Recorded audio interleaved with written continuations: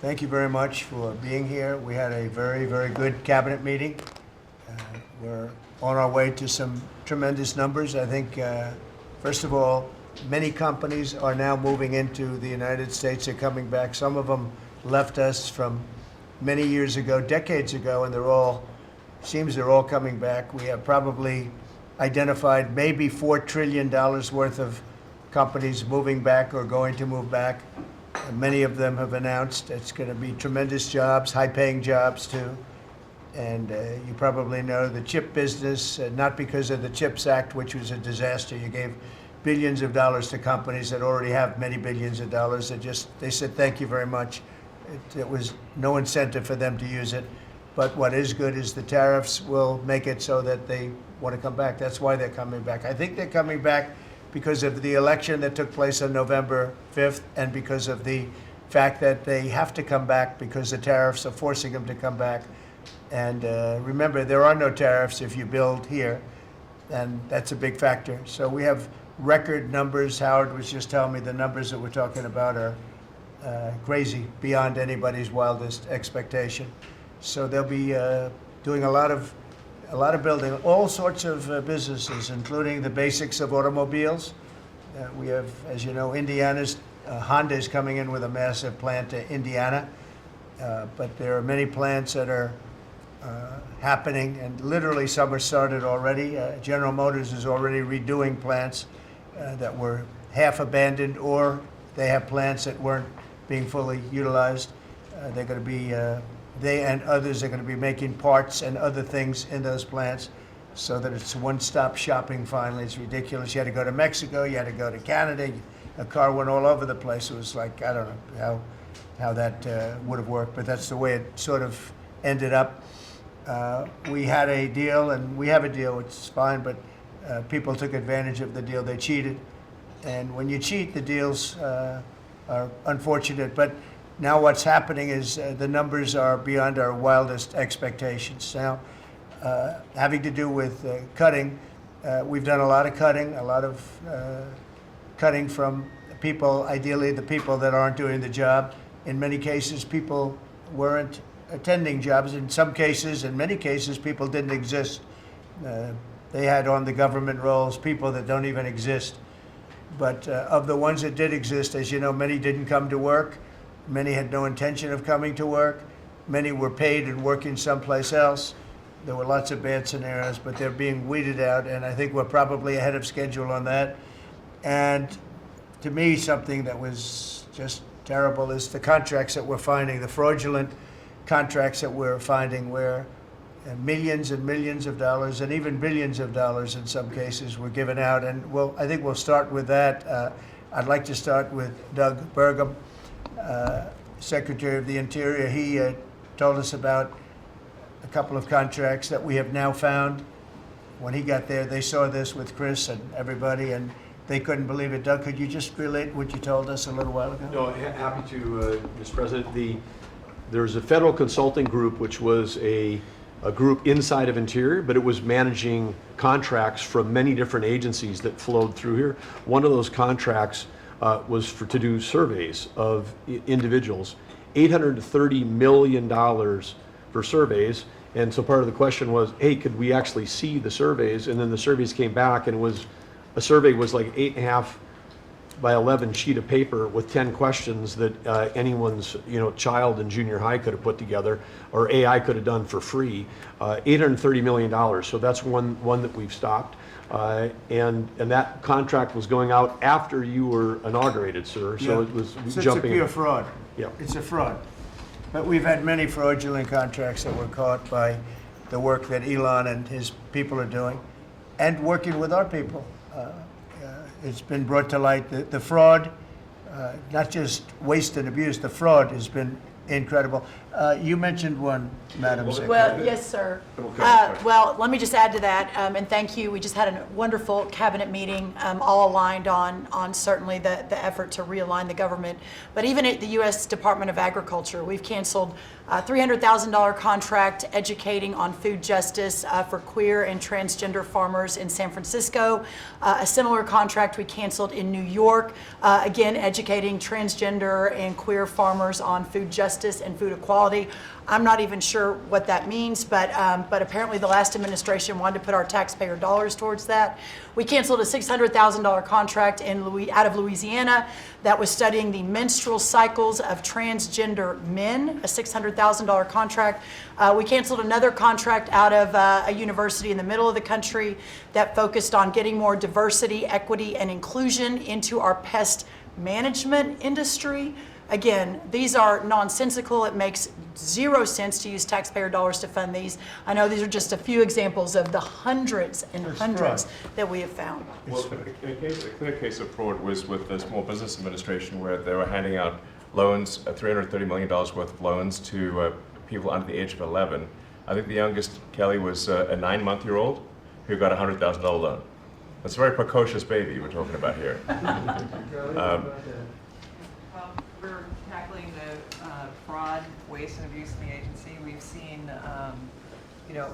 hundreds of billions of dollars of fraud go unprosecuted, so we're taking that on. We have a zero tolerance policy for fraud, and we continue to crack down on it and make sure people are held accountable.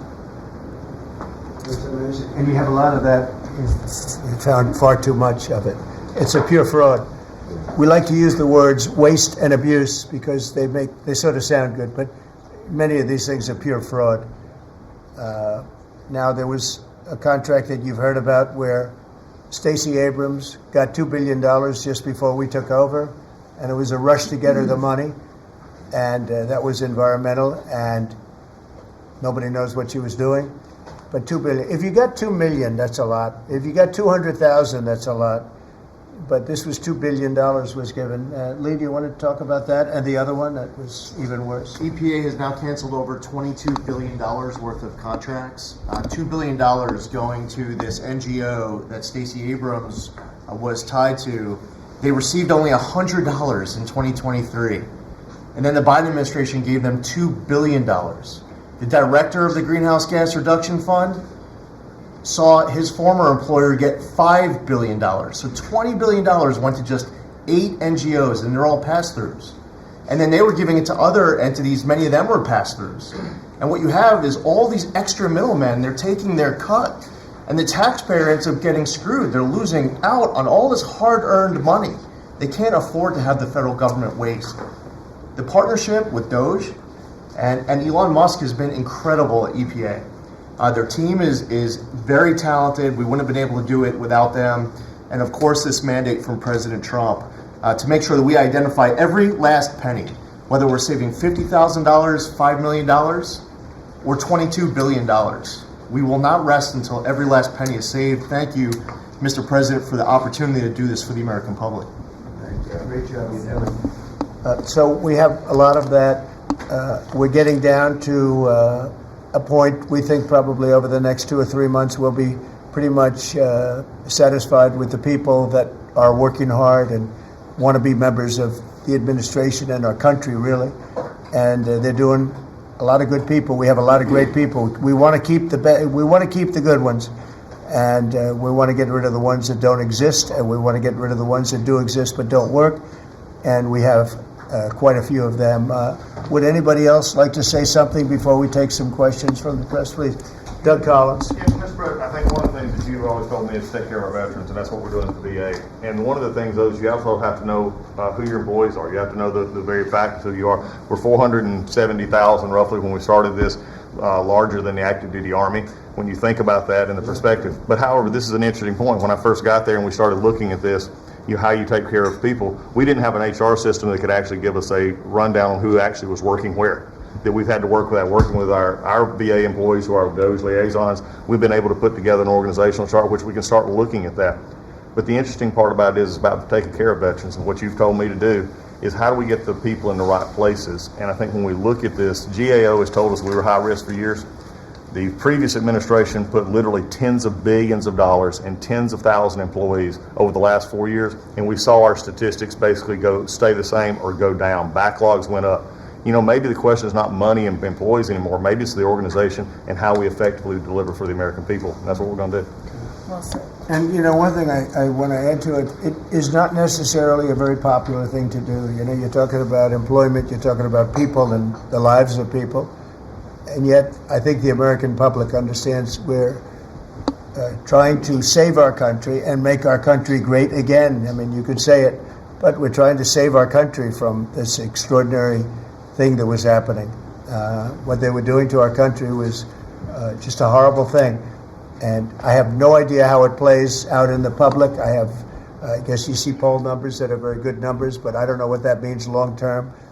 But it's something that has to be done. If we don't do it, we're not going to have much of a country left, so we have to do it. So we're doing things that I think a lot of presidents wouldn't be inclined to do, but we're doing it to really, I don't want to use cliche. I don't want to say we're doing it to make America great again, because I say that on the campaign trail, but there's really no other words that could express it better than that. We're doing it to help our country, and our country was riddled with fat, like no country probably anywhere in the world, and we're getting rid of the fat. And at the same time, we're going to be bringing in millions of very good, high-paying jobs, and we're going to be taking in a lot of money. Our country's going to be very strong. We've been ripped off by every country in the world, friend and foe.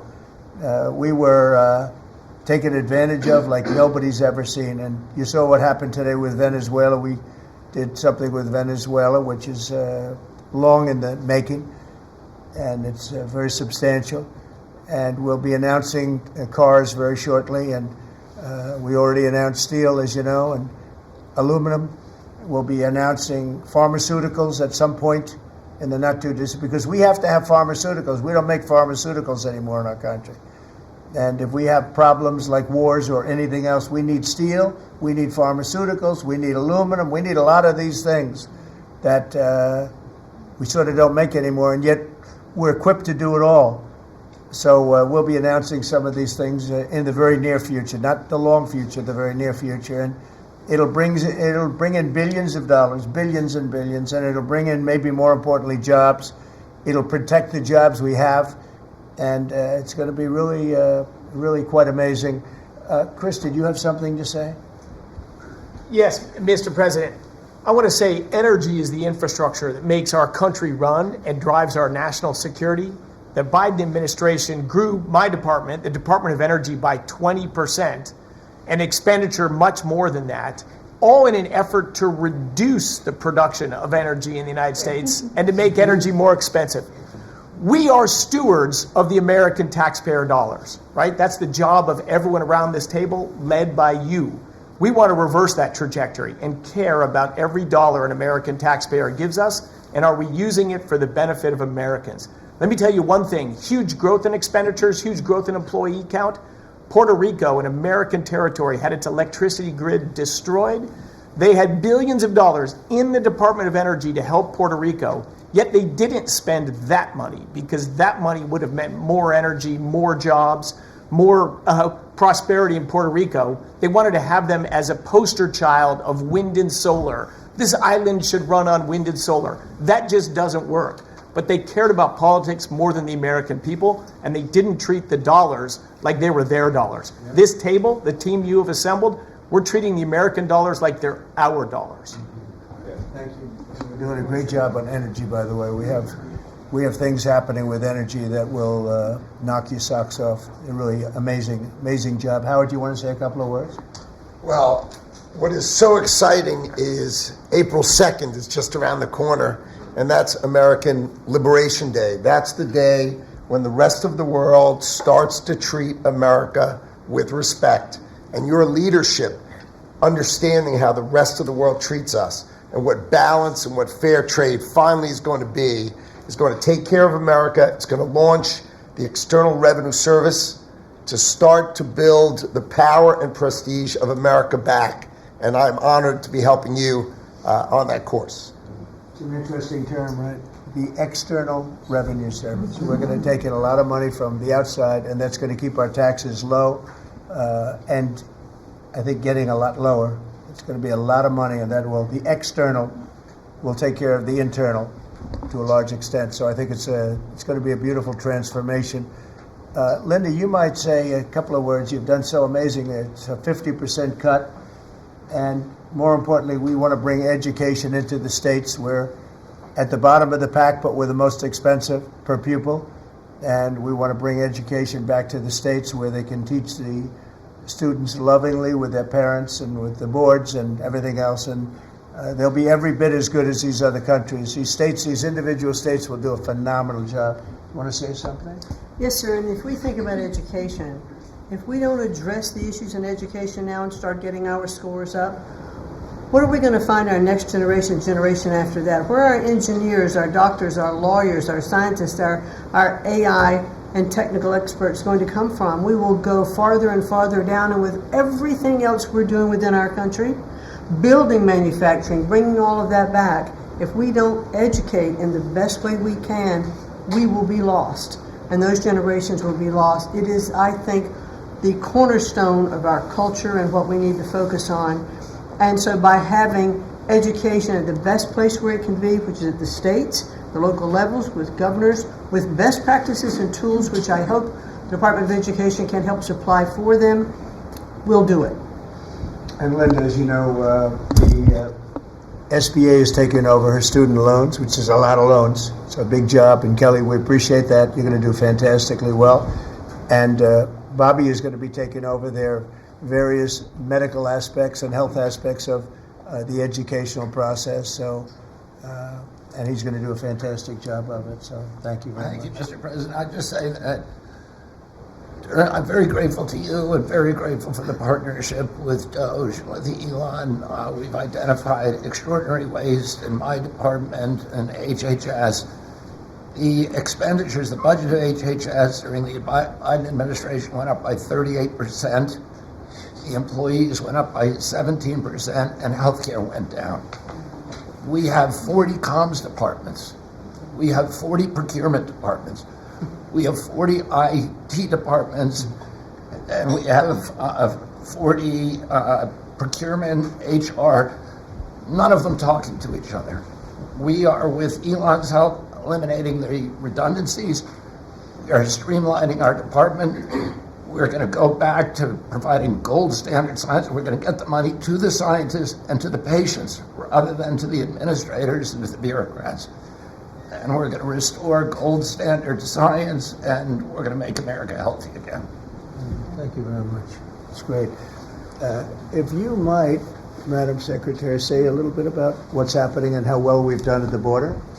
Sir, this last week I was in Arizona, California, Alaska, and Florida, and CBP literally has almost 100% operational control of the border, which means that our country is secure and that we know who's coming into this country and that they love our country and they want to help keep it great into the future. We are, in the month of March, the last couple of weeks, increased our deportations by 50%, so we're now not even just getting the worst of the worst out. We're making sure that there's consequences for being here and committing crimes in our communities, and the numbers are continuing to escalate and to go up. Sir, this week I'm headed down to El Salvador.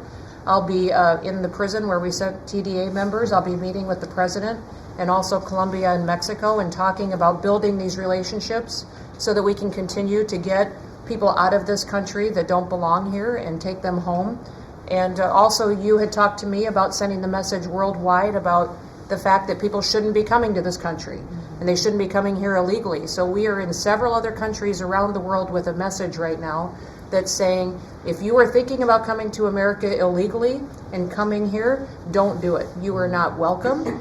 We have a legal process to becoming a United States citizen, and there are consequences if you come here illegally, and America has changed because we're putting Americans first. So we've also, the Coast Guard has done phenomenal work. I don't know if you all have reported on it, but we have broken historic records in the amount of drug interdictions that they have brought in. We've repositioned the fleet to go after the fentanyl crisis and to go after the southern border and securing it, and they've done amazing work as far as that. We were down in Florida. They brought in $500 million worth of cocaine that they had done in 14 interdictions and had brought them in, going right directly after the cartels and doing great work there. And we have a cutter that we have sped up the process, sir, the icebreaker. That'll be hitting the waters here this summer, and we've got 2 more that will be coming. But, you know, Russia is using their cutters and icebreakers up in the Arctic to do surveillance on us, and we're going to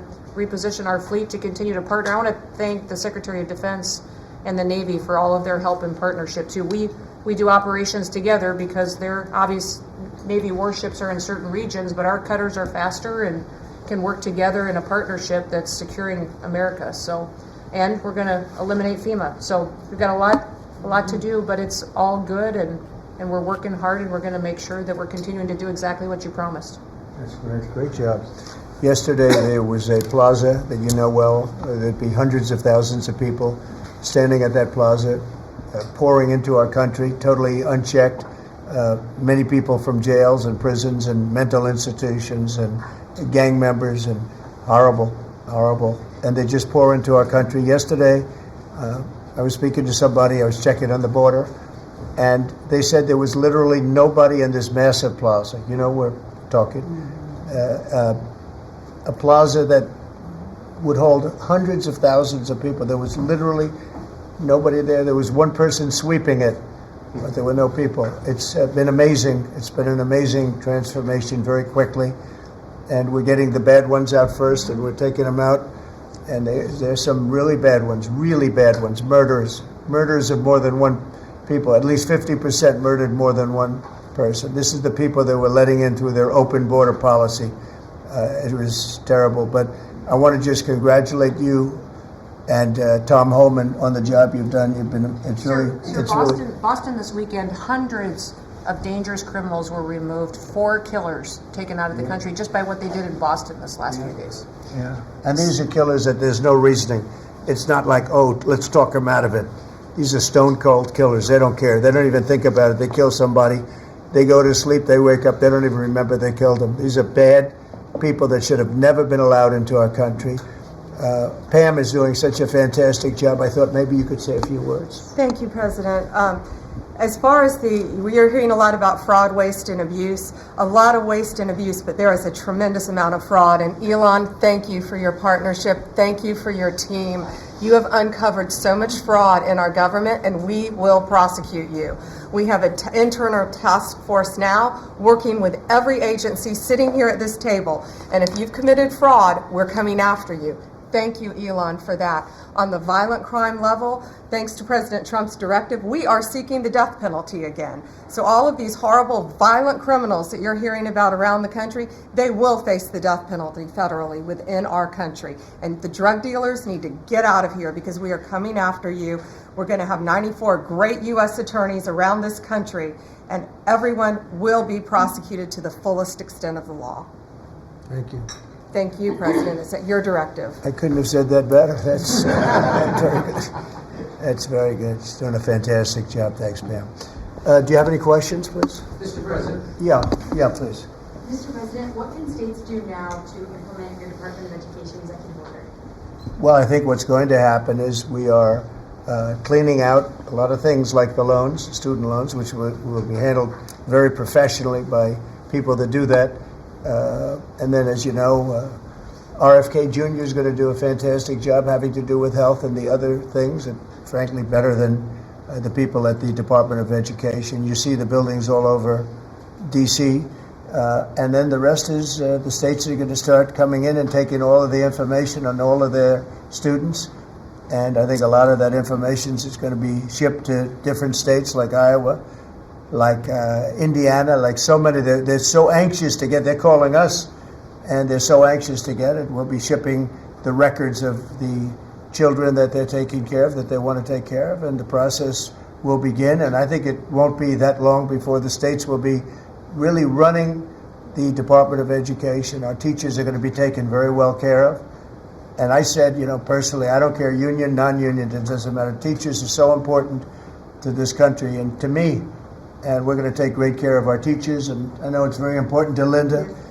So I think you're going to see a tremendous change very quickly having to do with education, and the process has already begun, very strongly begun. I think we've done, in whatever it is, 8 weeks, people are amazed at how much we've done in terms of the safety of the country. In fact, I would like to ask maybe Marco to say a few words on what's happening with respect to, in particular, Russia, Ukraine, where we have some pretty good news I think. We want to get it stopped. We're losing 2,500 young people, and these are Russian and Ukrainian people largely. And they're not American people, but on a human basis, we want to get it stopped, and we want to stop spending billions and billions of dollars to a country that we think it's time, and we're doing pretty well. Marco, do you want to say something? Yeah, Mr. President, first of all, I think the American people should be proud that we have a president that's promoting peace and the end of conflict on this planet. This is a war that's gone on for 3 years, as you pointed out, that, as you rightly pointed out, would have never happened had you been president, but now it's here, and it needs to be brought to an end. There is no military solution to this war. It has to end through negotiation.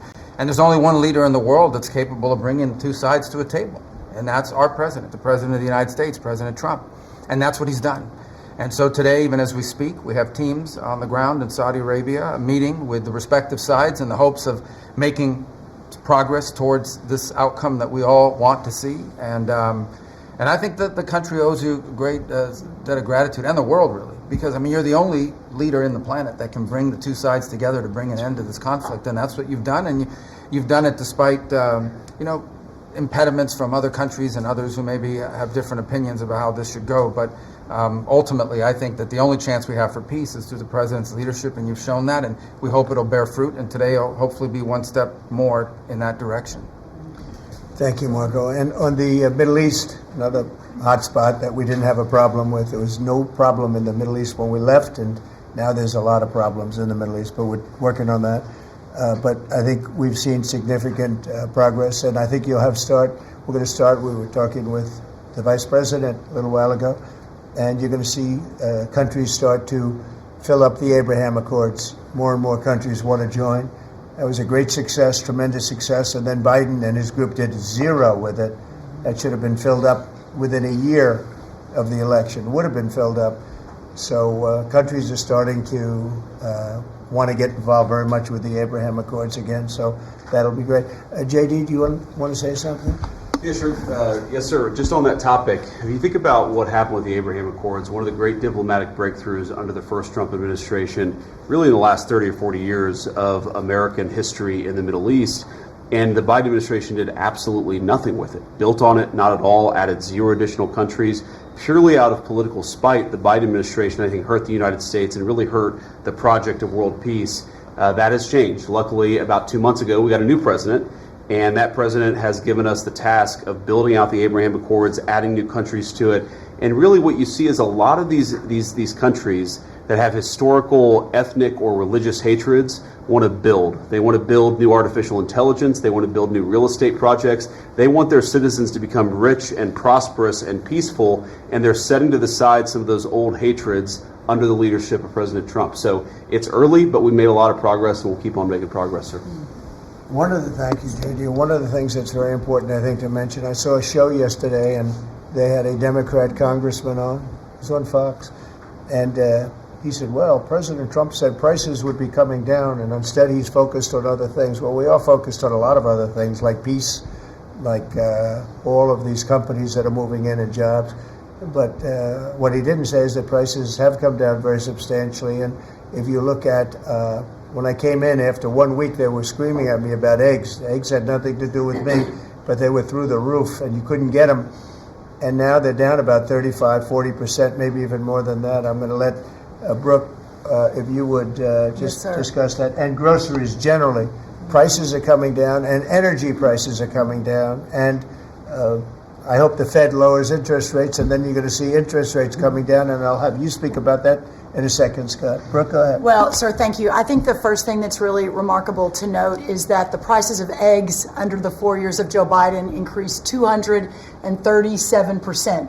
237% in those 4 years, and yet it wasn't covered in the press at all. No one talked about the price of eggs in the summer of last year, for example, from the media. So, of course, the president wins and he is inaugurated, and the next day everyone is yelping about why the price of eggs are so high. So it was certainly one of many, many issues we took on under the 4 years of Joe Biden. We had the cost of input go up 30% for all of our agriculture products. At the same time, the trade deficit increased $49 billion. So it was zero under the first Trump administration, and then under Joe Biden, we sold $49 billion less of our ag products around the world. Then you combine that with the avian bird flu, and I know I've talked to a lot of you in the press on this over the last 3 or 4 weeks. But listen, here's the deal. The president, under his vision and support, we released about a month ago a very significant plan on how to bring the price of eggs down. It included 5 prongs. I won't go into it now because I don't want to bore everyone, but since that day, since we released that plan regarding biosecurity, repopulation, importing eggs, research, and then deregulating, taking those onerous rules off of our farmers, our egg-laying farmers, since that time, the price of eggs, the wholesale price of eggs, has come down 53%. So we're going to keep working on it. Listen, it's not something you solve overnight. Avian bird flu and some of the other animal diseases, we're working across the government, several partners out in the cabinet on that, especially my friend Secretary Kennedy over at HHS. But we have a long-term solution, but at least for now, in the short term, thanks to President Trump and so many that have worked so hard, the price of eggs are coming down, as well as the price of groceries. So thank you, sir, for the opportunity to lead on that. And the number is 53%, and they're readily available. So I think it's a fantastic job. And overall groceries are down, too. That's right. They're coming down. So the consumer's finally seeing some good news instead of year after year of prices going up because of grossly incompetent leadership. Scott, do you want to talk about interest rates, where you see it all going? Yes, sir. So we are, under your direction, we're reprivatizing the economy. We're bringing down government spending. We're bringing down excess employment in the government sector. On the other side, we're going to re-leverage the banking system. We're going to have all the new manufacturing jobs, so everyone who's laid off from the government will have an opportunity to go into the private sector, and that is going to lead to disinflation.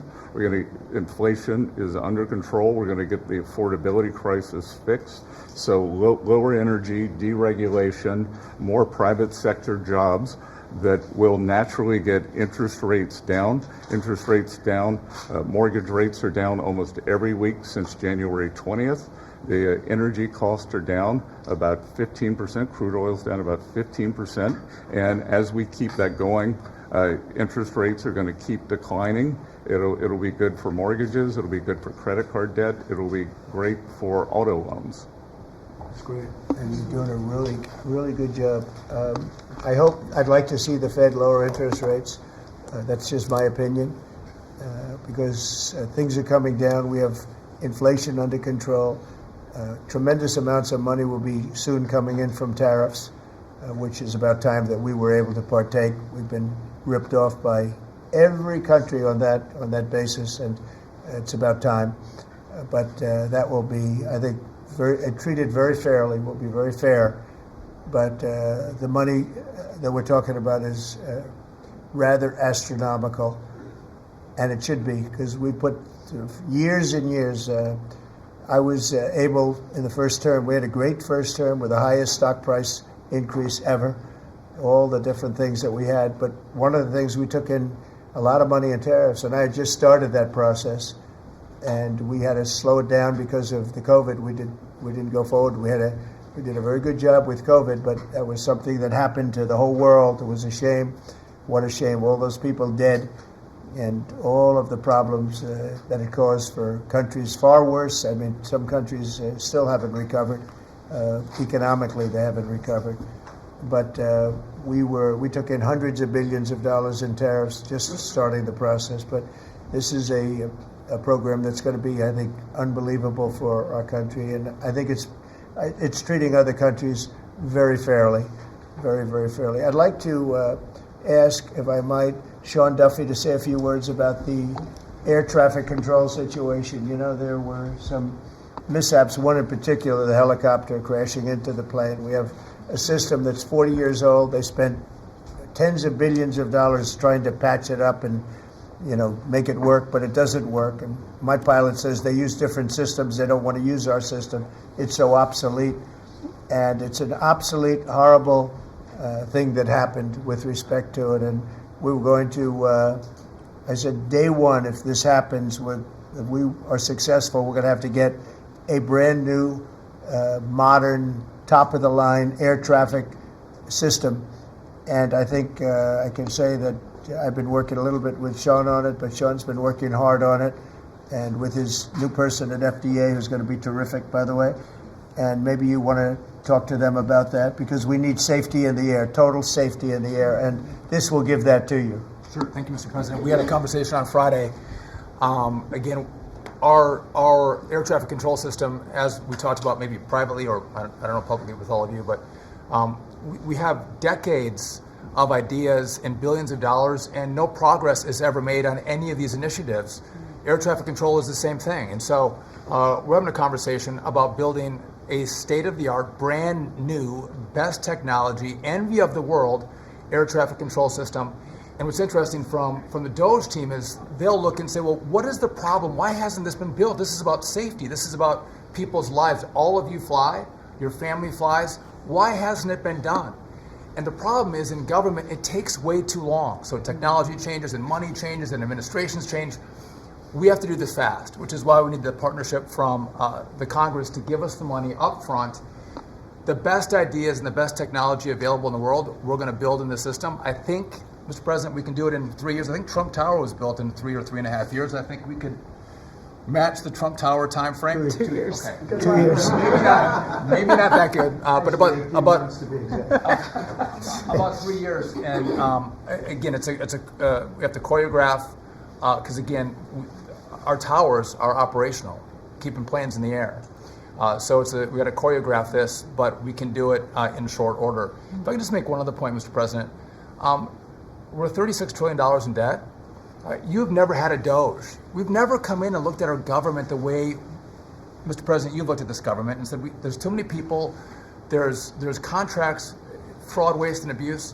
And so we've had a few bumps in the road as we've gone through this process, but if you look around this room, everybody has seen how the process has evolved, and everyone appreciates some of the insight and technical support that we've gotten to make this government more efficient, to make it more responsive to the American people. And so, again, when you have a new system like this, you'll get some bumps. But things are rolling out. The last 3 weeks have been much, much better as our teams have integrated and we're working to deliver for the American people. And I would say some of the press had made comments last time about what happened in the last meeting. We had a great conversation in the last meeting. Elon and I had a great call after the meeting, and so sometimes the reporting can be a little bit off. I love the analysis that you guys do when you're not in the room.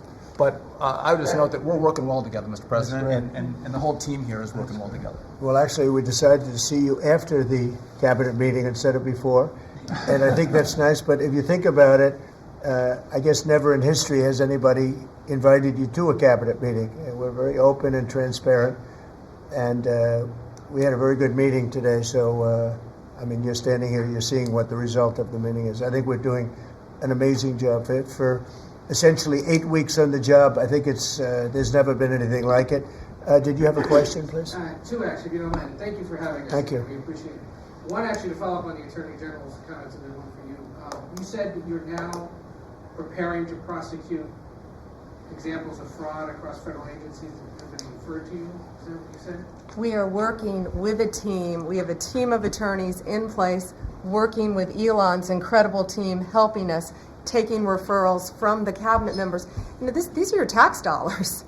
And a lot of it is just abuse, a lot of it's waste. But if it's fraud, we are investigating it, and we're coming. We are looking at multiple cases of fraud throughout the federal government. One for you, Mr. President. Greenland is confused about the Second Lady and the National Security Advisor visiting this week. They're concerned that this is further provocation, whatever it is you ultimately want for Greenland. Could you further explain why they're going? What is the ultimate end goal when it comes to? Yeah, well, not provocation. This is friendliness, not provocation. We're dealing with a lot of people from Greenland that would like to see something happen with respect to their being properly protected and properly taken care of. They're calling us, we're not calling them.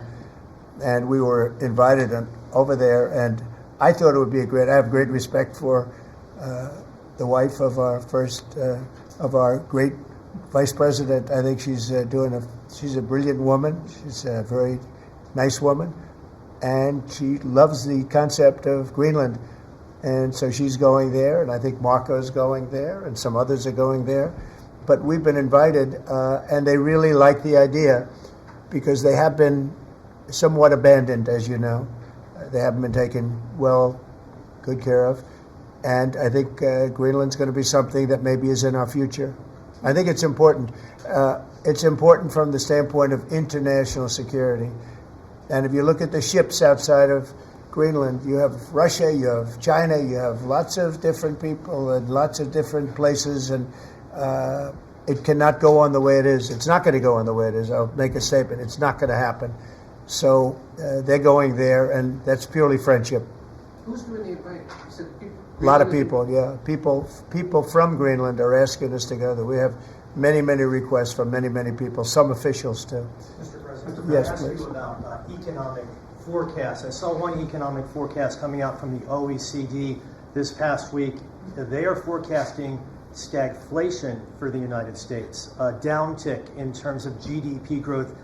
Do you agree with that forecast? What do you see over the course of 2025? Well, we inherited a very, very bad and perilous situation from a group of people. Again, we just got here from a group, and this takes a long time to develop, from a group of people that truly didn't know what they were doing. And you see that with not only costs, you see that with all of these fake contracts that have been given out. So we inherited a bad situation, but I think we're going to have an economy that booms. I think when it all kicks in, it's not going to take very long, because some of these people that announce that they're going to spend billions of dollars, I mean, literally, Apple is spending $500 billion. They've never made anything close to that to do that. They're building plants here instead of China, instead of other places. When it all happens, and it's going to happen very soon, these are people that are already, in many cases, they're already starting. They just announced, in some cases, they announced, but they actually started before the announcement, as you know, because some are already building.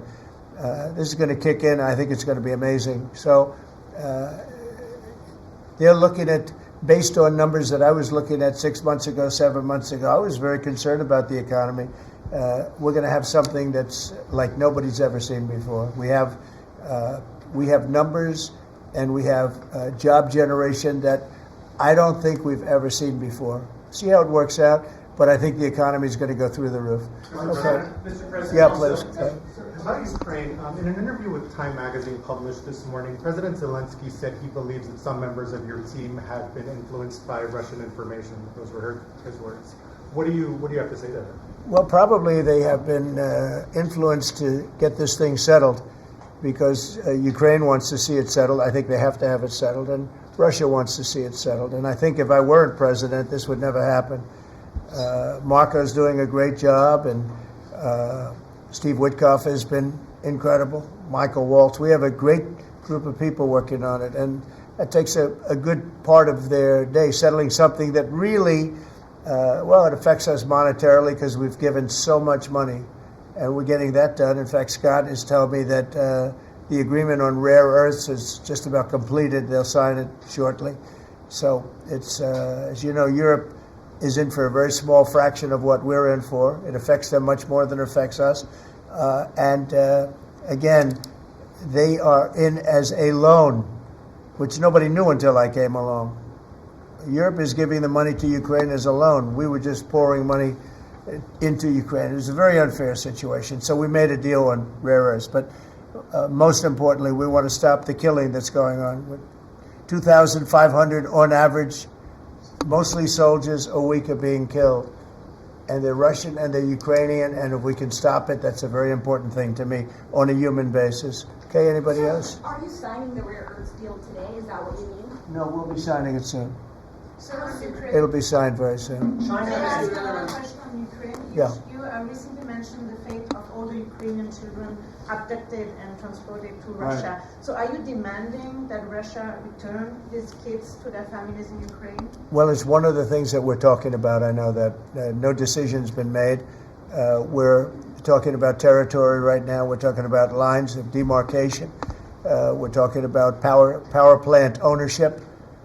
Some people are saying the United States should own the power plant and then work it that way because we have the expertise to fix it up, et cetera, et cetera. it's okay. That would something like that would be fine with me.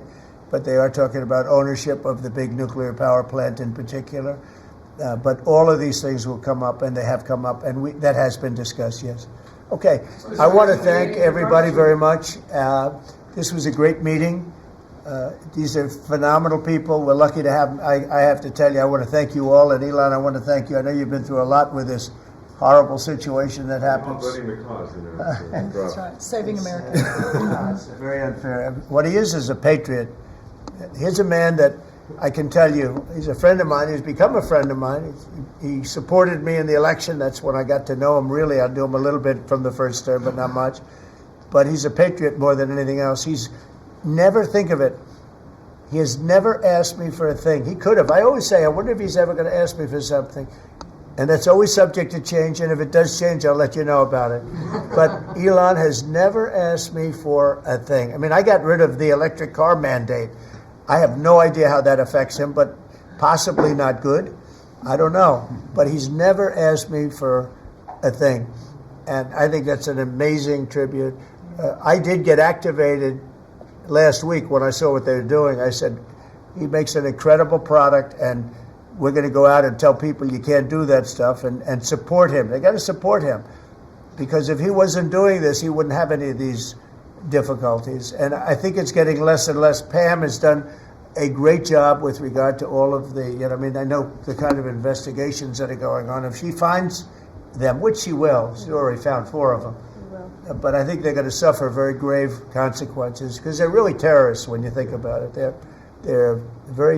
terrorists at a high level. And I think the people that are financing them, they could very well be people I know, people that you write about.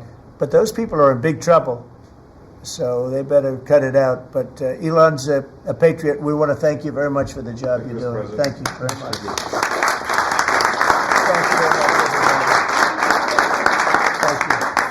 Thank you. Thank you, everybody. Very much. Thank you very much.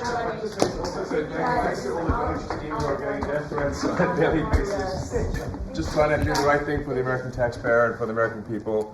Just a thank you to the DOGE team who are literally getting death threats and being accosted. And these are, a lot of them are just kids. Just trying to help out, and they're very talented. They could get jobs for millions of dollars a year. Instead, they come here, earn peanuts, and get death threats. So thanks to the DOGE team. Thanks.